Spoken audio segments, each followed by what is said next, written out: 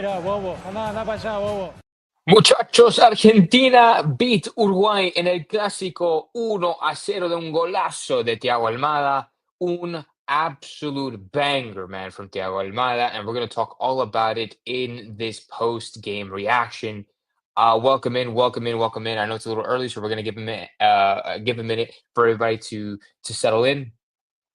But just a couple of quick thoughts as people are coming in. It was just a great win, right? It's a great win, and at the end of the day, no Messi. We had a lot of injuries. At the end of the day, I'm going to take that win all day long. But what an absolute banger, man, from Almada. There was a couple of chippy stuff at the end there. Nico Gonzalez got a red card El Guti, and I think it was Araujo. They were kind of getting it. They probably both should have got sent off at that point with like 2 minutes left in the game. So, but the referee did a good job to keep the game under control for a game like that. El Clásico, Argentina versus Uruguay, and Uruguay, huge, huge, huge. But yeah, welcome in. Felt so bad yesterday watching Colombia lose, knowing that they would probably put them out, especially since they were able to go toe to toe with Brazil. That game was so tough for Colombia. I feel bad for the Colombians because this Brazilian national team, and I spoke about this on the channel before. If you guys have been here long enough, like this Brazilian national team has been the worst Brazilian national team that we've seen in the last maybe 2 years, and or like for the last like 18 months or so, like about 2 years. They've been like the worst national team in CONMEBOL, and they were at risk for not qualifying for the World Cup, but they most likely are because it is what it is. Uh, Almada, what a fucking player, man. What's up? What's up, guys? What's up, Circus? What's up, Jonathan? Es Lionel, vamos Argentina. Bro, I'm so mad the U.S. men's national team couldn't beat Panama. I should probably do this. I should probably dedicate a video where I talk about all of them, but I guess we could talk about everything or the other games as well because I don't think me talking about this specific game, Argentina versus Uruguay, is going to take like an hour. It's not going to take more than 30 minutes. So, but U.S. men's national team, just a really quick before we jump into the um, the Argentina versus Uruguay reaction or thoughts or slash analysis, whatever. Uh, this is probably the lowest point that the United States men's national team has like have in their very like for a national team that should be doing so much better because of the players they have on paper. They are doing absolutely like horrendous, and I thought Pochettino would be the man for the job. And I know it's kind of too soon to speak, but at the same time, it's like Panama has been USA's fucking dad for like the last 2 or 3 years, and they continue to be their dad. So it really sucks for the U.S. That game was horrible to watch. That was probably the worst performance that I think we've seen the U.S. play in a while. I mean, like that was even worse than the Copa America games that we would watch them play. I feel like, in my opinion, and it's frustrating to see when you have talented players on the field. We didn't get to see a lot of the young guys, but I mean, hey, it is what it is. Just remember where Armada came from, Atlanta. Yes, sir, Atlanta United. Yeah, man. And now he's hitting it off in Lyon, doing bits over there. But and he was playing in Brazil. But yeah, no, I love Thiago Almada, and I'm gonna get to him in just a second. We'll get to the rest of these comments, and then we'll talk about Almada a little more. What's up, Mike V? Welcome back. I feel like I haven't seen you in a minute. I'm just going to say that if Guzan, said Guzan would have saved this against Panama, I dude, I hate the fact that fucking Turner is the goalkeeper for USA. Like, why is Turner the goalkeeper for USA? Why isn't it Matt Freese? Why isn't the other kid, the other guy that I can't remember the name? Why isn't it Cochin, Diego Cochin from the Barca? I don't know, man. Ecuador busted up Venezuela. I didn't even see that game. I know Peru lost. I think. Let me pull it up because I have it. I have it. I literally have it right here. I know Peru lost, I believe. No, they won.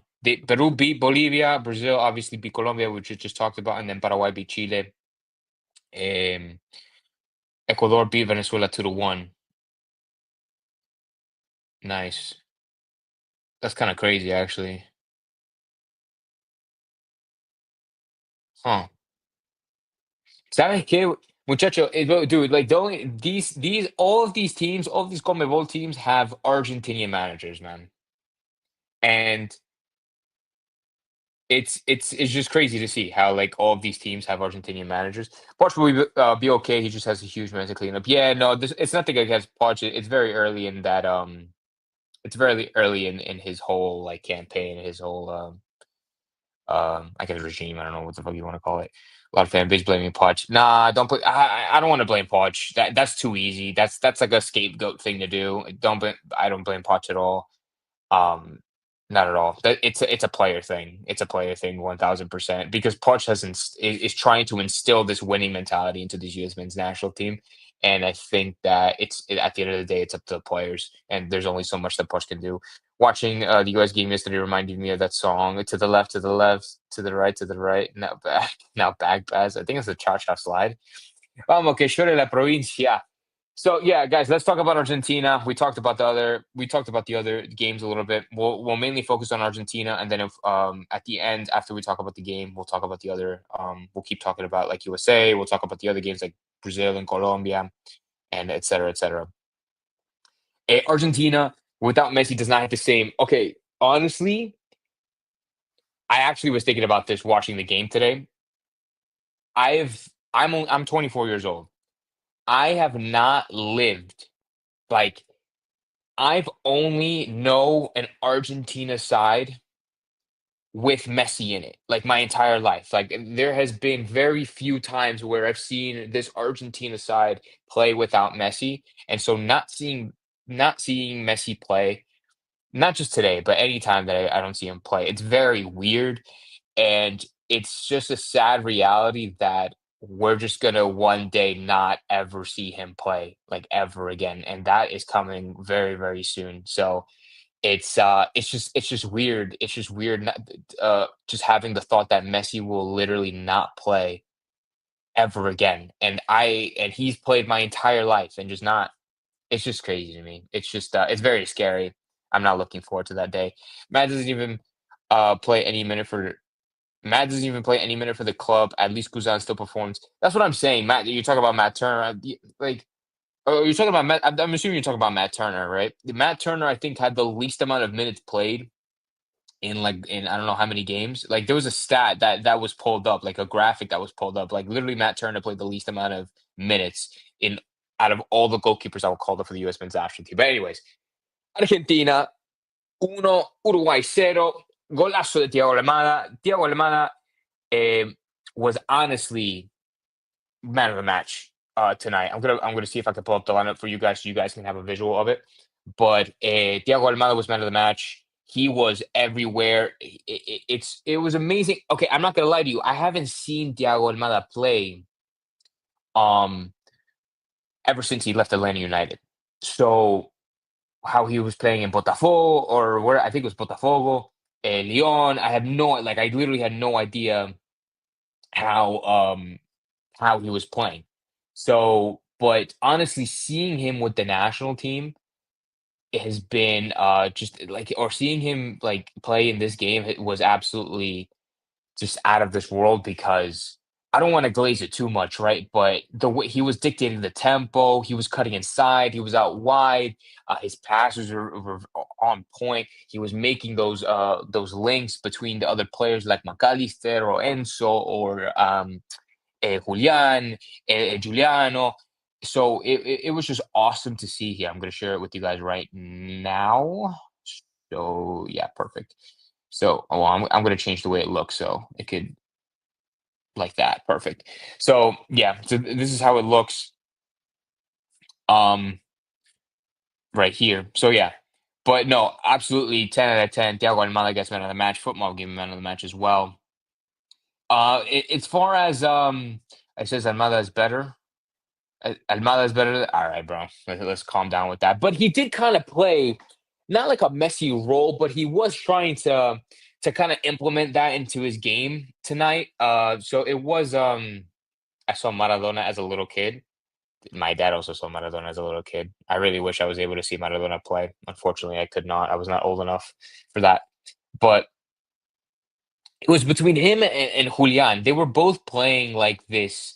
this 10 role. It was really awesome to see Julian also play that kind of a role because that's not really what I expected. Um, because I've never seen him play that.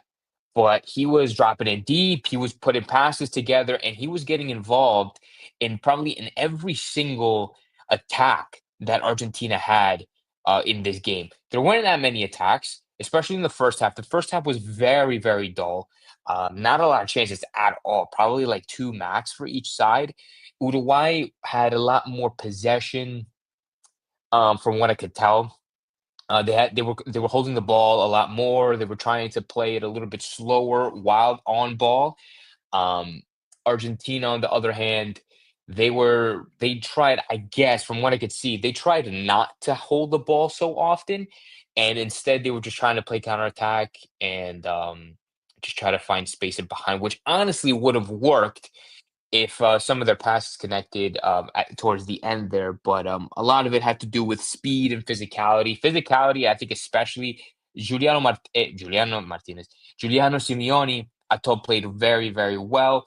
There was some things that he was at a disadvantage of, and I think it was against Oliveira. It could have been Oliveira or it could have been the other center backs, but it was his physicality. It was his physical, his strength. He just is not strong compared to Oliveira, compared to Jimenez, compared to Araujo. So when it did come to those duels, he had no chance. But with speed alone, he beats them all. Um, so that was cool to see. I predicted that Giuliano Simeone would get the start tonight.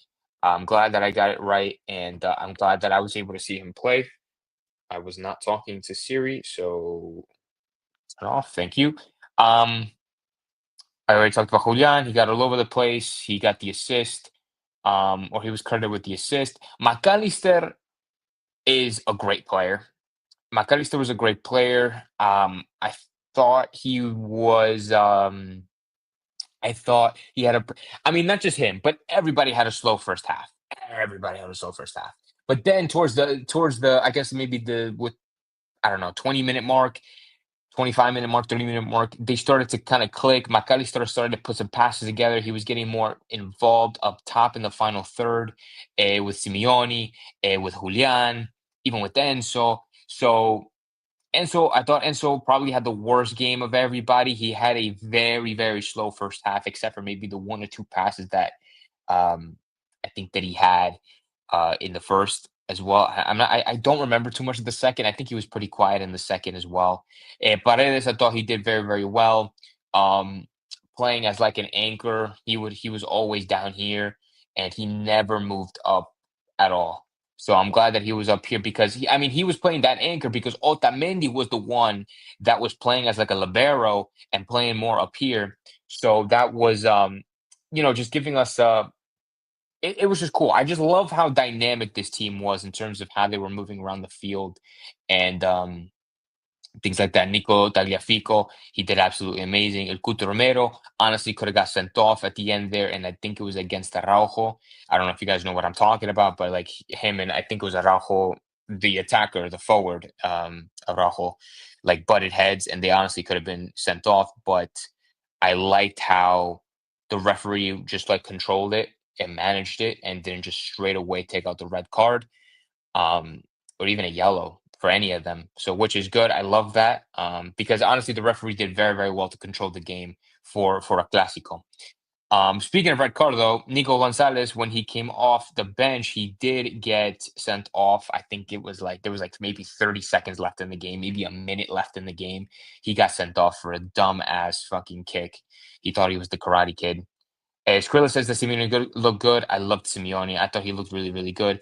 But like I said, I thought the physicality part, his strength, was the one downside in this game because Uruguay, and I think it's kind of well known that Uruguay is a very physical team. That's how they like to play. They have very physical players, especially their center backs or their defense, I should say, with Oliveira, with ¿cómo se llama? Jimenez, with Teraujo, with even the right back. I forget his name. Nandes, I think his name is.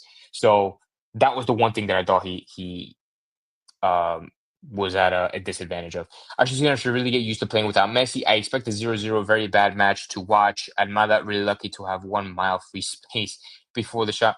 Hey man, Casar, we can't take away that goal, man. Like we can't. We have to give him the credit for that goal because that was a fucking banger, and he could have had. He could have had two freaking 3 more miles of free space, and anybody could have missed it. But Thiago really likes taking those shots from out there, man. And we've seen him do it before in the past, especially with the youth teams. He's done it before. He really likes taking it from out there. But I agree. I thought this game was definitely about. Okay, let me say get this out of the way before I say what I was going to say. In my opinion, not that this game didn't matter, because this is a very historic game, Argentina, Uruguay, etc., etc. A World Cup qualifier. We needed to win this game and win the next game in order to qualify for the World Cup. But at the end of the day, we have Brazil in 3 4 days. That is the most. That's more important. The players are more hyped, more excited, more passionate, I guess you could say, about playing that game against Brazil. So this game was about not getting sent off, not getting yellow cards, not getting injured, et cetera, et cetera. We played it very safe. I loved how Scaloni went very defensive for like the last 15 minutes.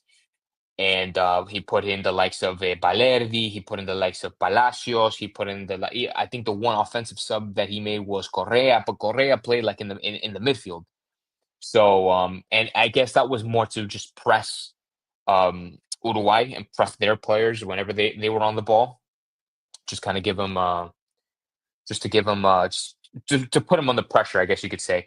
Why is Scaloni not playing newcomers with Brazil? They have zero chance to sub in, but who knows? Argentina get red card. Eh, that he did. Scaloni did say he wanted to try out some of the new guys. Um, we have players like we have Santi Castro, we have Dominguez, I believe his name is, and we have Nico Paz, who's played for us before. But I just I don't think it was the right time. I'm not sure if they're going to get minutes against Brazil. I honestly, if they were going to get minutes, it was going to be against Uruguay. But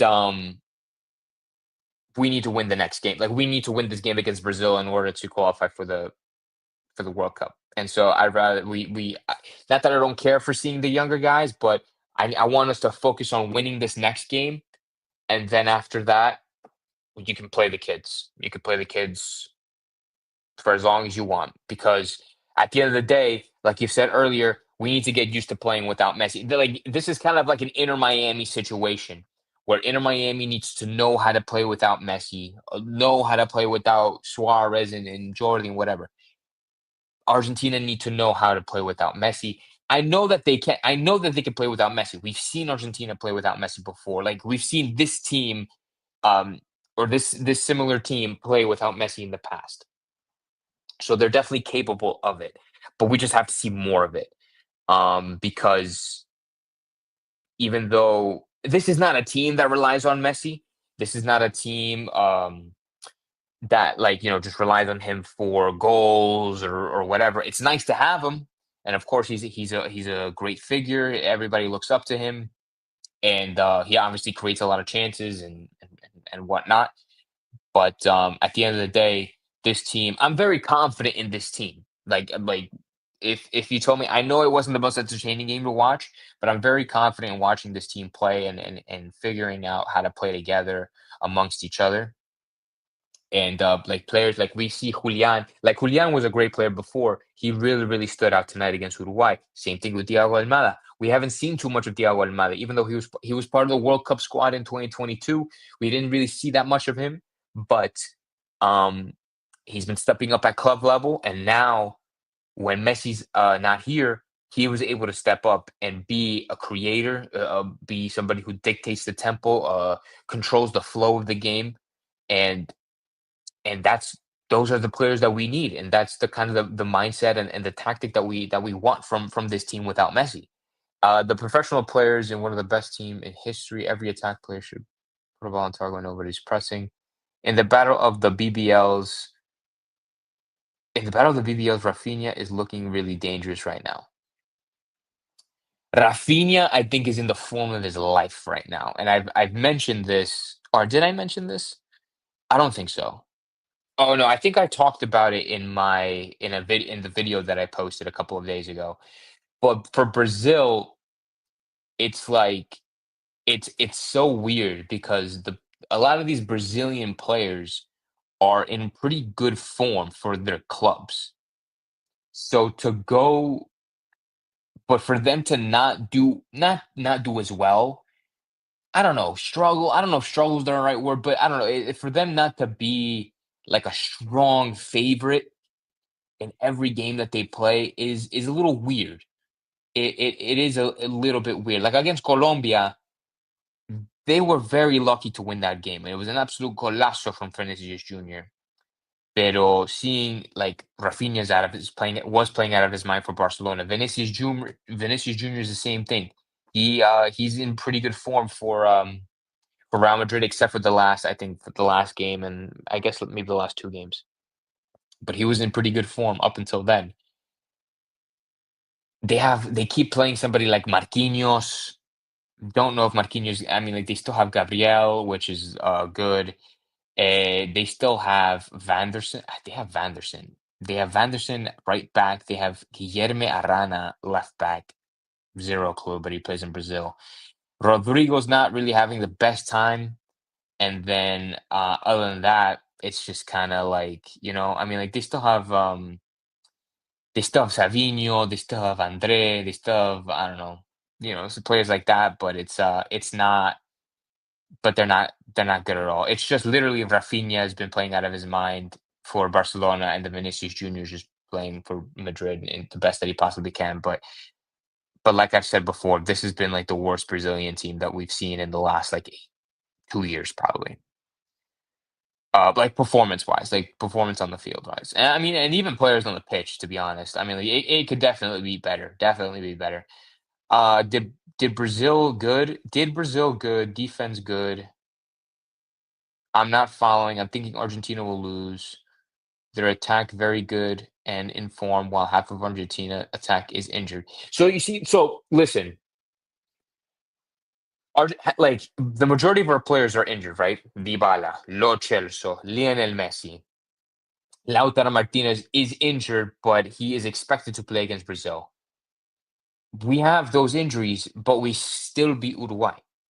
Uruguay is a very good team, yo. Like Uruguay has a fantastic team with um, Valverde. Valverde, like I have like the most respect for Valverde because he is such a fantastic player, and he's only like 25, 26 years old. Valverde is a fantastic player, but they have Valverde, they have Araujo, they have Jimenez, they have Bentancur, they have Pelistri who could be better, but he's only 23 years old. Darwin Nunez could be better for Liverpool, in his form for Liverpool. They have Araujo. It's a solid team for CONMEBOL, guys. It's a solid team for CONMEBOL. And I think their defense is probably they have the best, like, I guess, they have better players on defense, and then they have Valverde. Darwin Nunez is only good if he's in form. But this is a good Uruguay side, and we managed to beat them with a really good team on our side too. So I think with Brazil, I think we're gonna do the same thing. We're gonna be even more excited to play against Brazil. We're gonna show even more ganas, even more effort to win this game and prove that we're still better, that we're still the number one team or the number one nation in the world, and the fact that Brazil are just not all of that. And we're playing this on our turf, if I remember correctly. I think we're playing this at the Monumental. I think I'm pretty sure if I remember that correctly. But anyway.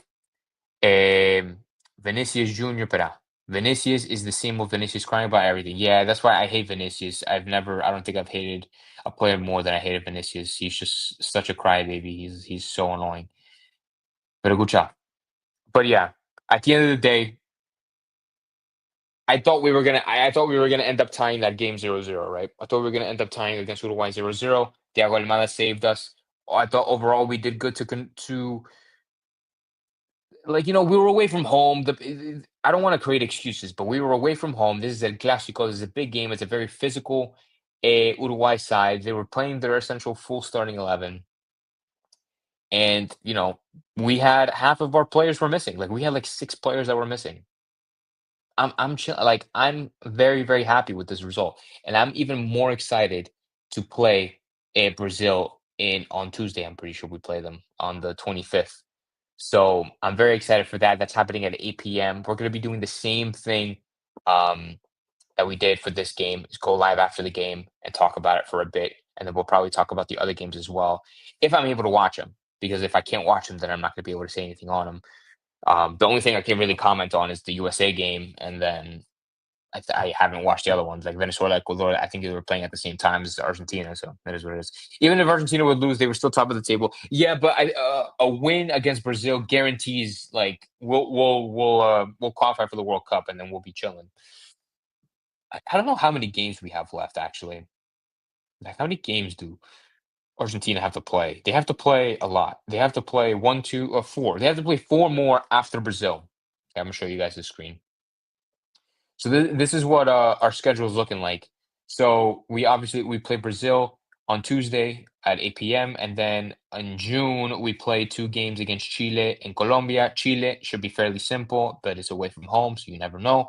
Against Colombia, this is going to be a tough game, obviously for Colombia. They're very, very competitive. They're a very strong team, and they're very passionate. So this is going to be a very, very good game. Copa America final rematch. And then in September will be the last of the games against Venezuela and Ecuador. Venezuela is going to be pretty tough. I think Ecuador we should be able to beat them no problem. Venezuela I think is going to be a little bit tough. But here's what the table looks like. Here's what the table looks like. Ecuador are sitting in second place right now, which I did not realize. But I guess after that win against Venezuela, the thing is that I don't want to jinx it, but we play Ecuador and like we can beat Ecuador like no problem. I feel like, in my opinion. But Ecuador are in second. Brazil jumped to third place after being like in sixth or something. Uruguay dropped to fourth. We have Paraguay fifth, Colombia sixth, Bolivia seventh, Venezuela eighth, Peru ninth, and then Chile bottom of the table in 10th with 9 points. So I'm telling you, like we can definitely beat Ecuador. I think like here, let me look at where's our head to head? Let me look at the head to head. It doesn't even fucking show. But I'm telling you, we can beat Ecuador. We have in the past. Like we've done it before. Here, okay, I'm dead. I was gonna pull it up. Mike V says you can't beat Ecuador, but bro, listen. I mean, we beat them on pens here, but we beat them before that. We beat them here. Like, come on. Like, what else do you want? What else do you want? We beat them on pens here. We beat them 1-0 here. We tied here in the World Cup qualifying. We beat them here. We beat them here. We beat them. This is a friendly. We beat them here. This is back in 2019. We beat them here. This is their first. This is the one loss that we have. The only time that we lost against Ecuador in the last almost 10 for more than 10 years. What is that? 14 or yeah, 14 years. In the past 14 years was one time in 2015 in Comebol qualifying, whatever the fuck this is. It doesn't even show what team we had at the time, but this is 2015. Like we can beat Ecuador. We have beat Ecuador. We can beat Ecuador. We will beat Ecuador. Anyways, when is Argentina versus Spain? They honestly never confirmed it. It's not going to be this year. It was supposed to be this year, but because of all the games that are happening this year, they're not going to be able to fit it in. So I think they're trying to move it to next year, but I don't know how that's going to work either because the World Cup is next year. So I have no idea. It was supposed to be this year. They moved it to next year. It's supposed to be at the Camp Nou. I don't know, man. A creativity drop off without Messi still huge. I don't know what they can do with it. They better hope Brazil midfield and defense suck. Really,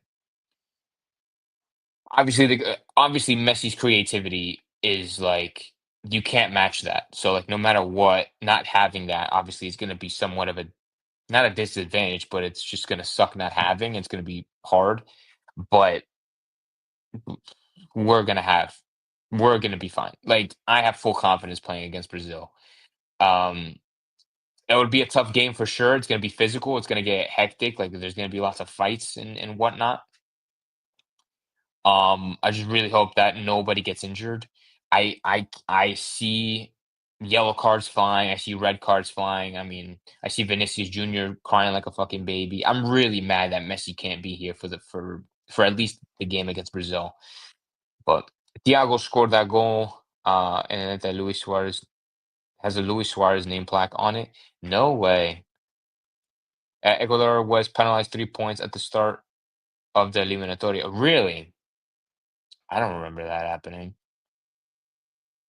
Oh yeah, it says it right here. Oh yeah, it says it right here. It says it right here at the bottom. Ecuador has been deducted 3 points. Why would they deducted 3 points? I don't ever remember that happening. So even if they were deducted 3 points, they would be 25. They'd still be under us. They'd be closer if not. You can, but you won't. Amen. Lots of crying in the Brazil game, bro. Mike V, trust, bro. We got this shit. Ecuador, they beat Venezuela, who, in my opinion, are a very good team. Um, in my opinion, they're a good team. Who do Ecuador have again? I need to double check this. Let's look at Ecuador's team. This is how Ecuador lined up against Colombia. Colombia against Venezuela. Galínez, Ordonez, Torres, Pacho, Estupinan. This guy's good. This guy's really, really good. I don't remember these guys, to be honest. I mean, this guy plays for PSG, so he has to be good. Plata, Caicedo. Vita plays for MLS. Yeah, he plays for Vancouver. Look at that. Cardoso in Damn, Valencia still fucking playing. That's crazy. That's fucking wild. Javier Boas. That's yeah, and Castillo, and that's pretty much it. Yeah, I don't know who these guys are. Oh, Bias. Yeah, this guy's like fucking 17 or something. Yeah, he's 17 years old. It's crazy. Yeah, so I mean, like, come on, bro. Come on. Let's fucking. And he missed a penalty apparently. He scored a brace and he missed a penalty. So maybe Venezuela are not as good as I thought. Telasco Segovia played as well. Apparently, he didn't do that well. He came off in the 60th minute. I really wish I saw this game because I really wanted to see how Telasco Segovia played. But yeah, I don't know. I'm surprised that Venezuela couldn't put more of a fight because I feel like they're just not a terrible team. Like it's not like this is not a terrible Venezuela team, but I guess compared to Ecuador, I don't know. That's just on me. That's just my opinion. But anyways, guys, I don't want to rant. I don't want to ramble on for just on some bullshit. But no, at the end of the day, final thoughts. Nothing. I'm just happy with the win. Like I said, Thiago Almada golazo. Nobody got suspended. Oh, Nico Gonzalez got suspended, but I'm not worried about that. Argentina beat Uruguay in El Clásico. And now we focus on Brazil. I'm very excited for that Brazil match. We're going to be doing the same thing, like I said, after the Brazil game, post game reaction. We're just going to yap. We'll probably talk about other international games that happened in between that time as well. And yeah, man, I'm just excited. I just love international football. I'm not going to lie to you. I love international football a little bit more than club football. Like honestly, the only thing that I like about club football is the Champions League, and obviously watching Inter Miami. But something about international football, I have like I just love watching it. I love watching all the games. I love like when nations compete instead of just clubs. I just feel like it's more personal when it's a nation, when it's like Argentina, Brazil, and instead of like I don't know, fucking Barcelona versus PSG or something. Even though it's like historic, I just rather see like Argentina versus Brazil, or I'd rather see Ecuador versus Venezuela than like or whatever. But that's just me. That's just my opinion. A lot of people don't like international games. Like people actually they hate the international window. They hate seeing these CONMEBOL or these World Cup qualifiers. They hate seeing the Copa America, Euros, Nations League is a different story. That's just a bullshit cup. But anyway, But yeah. Anyways, Argentina need a technical winger. Di Maria.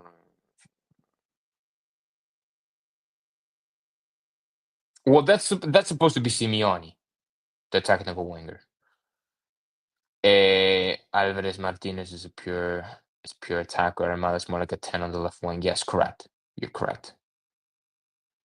Agree. I love it. I watched 23. Dude, I'm fucking jealous that you watched 23 games. Holy shit. But anyways, guys, thank you so much for tuning in to this episode or to this video, this live stream, reacting to Argentina versus Uruguay, World Cup qualifying. And I'll see you guys on Tuesday night. Probably going to be a little bit late because the game's at 8 o'clock Eastern time. So it's not going to be done until maybe like 10 o'clock. So it's going to be a late one. So I won't keep you guys up for too long. But I appreciate you guys for tuning in. Leave a like, subscribe, share with your friends if you have enjoyed. Thank you for guys for participating. You guys are the best part of doing these live streams. I love talking with you guys. I love hearing what you guys have to say. And I think we're gonna be done. We still have two more games tonight. The Conca. Oh, that's the AFCON, the African stuff, and then Gold Cup qualifying. Okay, damn, really? There's still games going on. It's 10 o'clock. That's crazy. But yeah, no. But thank you guys again. Hope you guys have a good night. And Bielsa coaching while sitting on the cooler. It's typical Bielsa. But yeah, guys, have a good one. Vamos Argentina, carajo.